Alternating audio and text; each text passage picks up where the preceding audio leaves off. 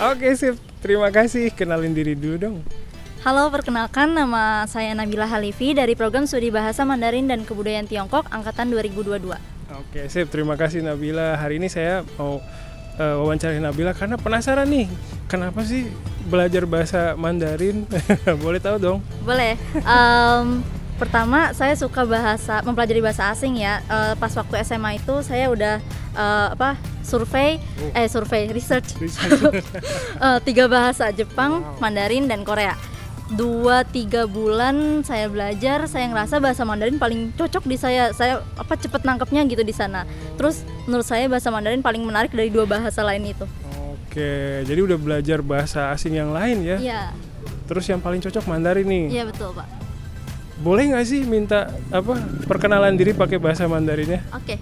Oke ya, siap ya? 1, 2, 3. Hello， 大家好，我是何心妍。maaf Pak, boleh. 1, 2, 3. Hello， 大家好，我叫何心妍，我的印尼名字是 Nabila Halifi， 我是达尔玛博学的大学的中文系学生。我不知道。Itu doang ya saya ngerti. Oke, artinya apa yang tadi saya bilang?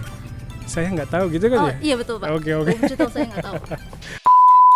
Terus pertanyaan berikutnya nih, kenapa sih masuk prodi BMKT di Unsada ini? Unsada kebetulan dekat rumah Pak. Terus Gitu. iya saya nyari kampus ya, itu juga dari jurusannya gitu. Nggak semua kampus punya program studi bahasa Mandarin gitu Pak. Kebetulan dekat rumah juga sini ya? Iya betul. Pas banget ya berarti ya? Iya. Berjodoh nih. Iya. Oke.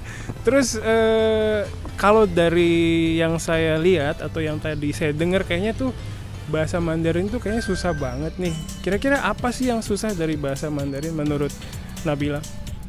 Menurut saya yang pertama shengdiao atau nada. Nah, itu salah ngomong, salah nada udah salah arti Pak. Itu tantangan buat saya. Kedua, hanzi, karakter Mandarinnya. Itu juga salah goretan, juga salah arti. Oh, hanzi itu kalau dari bahasa Jepang huruf kanjinya ya? Kanji, iya betul Pak. Oke. Siap. Jadi dua hal itu ya. Nah, gimana caranya Nabila menghadapi 2 kesulitan itu dan tetap termotivasi belajar bahasa Mandarin? Punya rasa tahu yang tinggi sih Pak. Jadi saya terus nge-explore di luar kelas gitu. Jadi saya belajar nggak cuma di dalam kelas aja, di kampus aja gitu. Oke, terus tadi kan nyebutin tentang belajar di luar kelas juga tuh. Kira-kira bentuknya apa tuh pembelajarannya?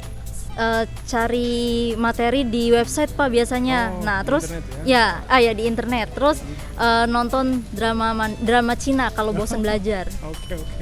Sip, terima kasih.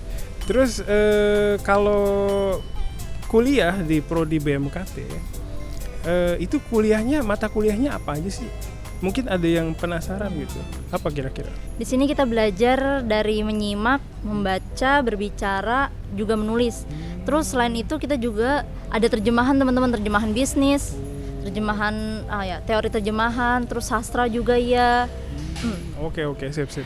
Terus dari bermacam-macam mata kuliah yang ada, yang paling susah menurut Nabila apa? Menurut saya yang paling susah itu terjemahan, karena kita harus memahami 2 budaya sekaligus. Terus otaknya harus cepet. Iya, harus ini ya, mikirnya harus cepet. Iya Ya. betul. Oke. Terus ada nggak kuliah yang menyenangkan gitu? Ada dong. Kelas menurut saya paling menyenangkan itu berbicara. Karena laosunya juga aktif kan buat ngajak kita berbicara. Jadi kita makin pede gitu buat bicara bahasa Mandarin. Sip. Jadi laosunya semua aktif berbicara Mandarin dan membuat mahasiswanya juga aktif gitu ya? Iya, betul Pak. Sip. Terus kira-kira prospeknya kalau udah lulus gimana menurut Nabila belajar Mandarin ini? Menurut saya mengambil bidang studi ini, program studi ini sangat menjanjikan ya Pak. Soalnya kan di Indonesia udah banyak banget perusahaan yang kerjasama sama Tiongkok gitu. Jadi pasti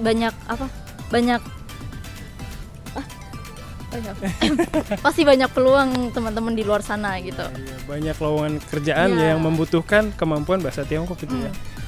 Oke, sip. Terus ini kan misalnya nih ada anak SMA yang baru lulus ya, terus mau tertarik nih sama bahasa Mandarin atau budaya Tiongkok, tapi dia nggak pernah belajar sebelumnya. Kira-kira bisa nggak sih survive dia masuk ke BMKT gitu dari nol?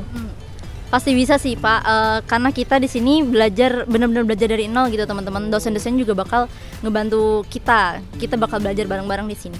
Ya, jadi nggak usah khawatir gitu Iya. ya. Oke. Sip. Terus terakhir pesan dari Nabila untuk mungkin anak-anak SMA yang baru lulus yang lagi mikir mau kuliah apa ya gitu. Kira-kira pesannya dari Nabila, tipsnya apa tuh kira-kira? Teman-teman yang masih bingung mau ngambil apa, program studi apa, kalian bisa coba ambil bahasa Mandarin ya, karena ini bener-bener seru banget, banyak tantangannya, jadi kalian nggak bakal bosen deh. Susah, tapi di situ kalian menyelam lebih dalam. Oke. Pokoknya bisa lah dari nol ya. Iya, pasti bisa. Oke. Dan jangan lupa begitu lulus banyak lowongan pekerjaan yang menanti ya. Iya betul Pak. Banyak banget sekarang perusahaan yang terafiliasi dengan Tiongkok ya. Iya betul. Oke sip, Nabila terima kasih atas waktunya hari ini. Ya, sama-sama Pak. Bye. Bye-bye.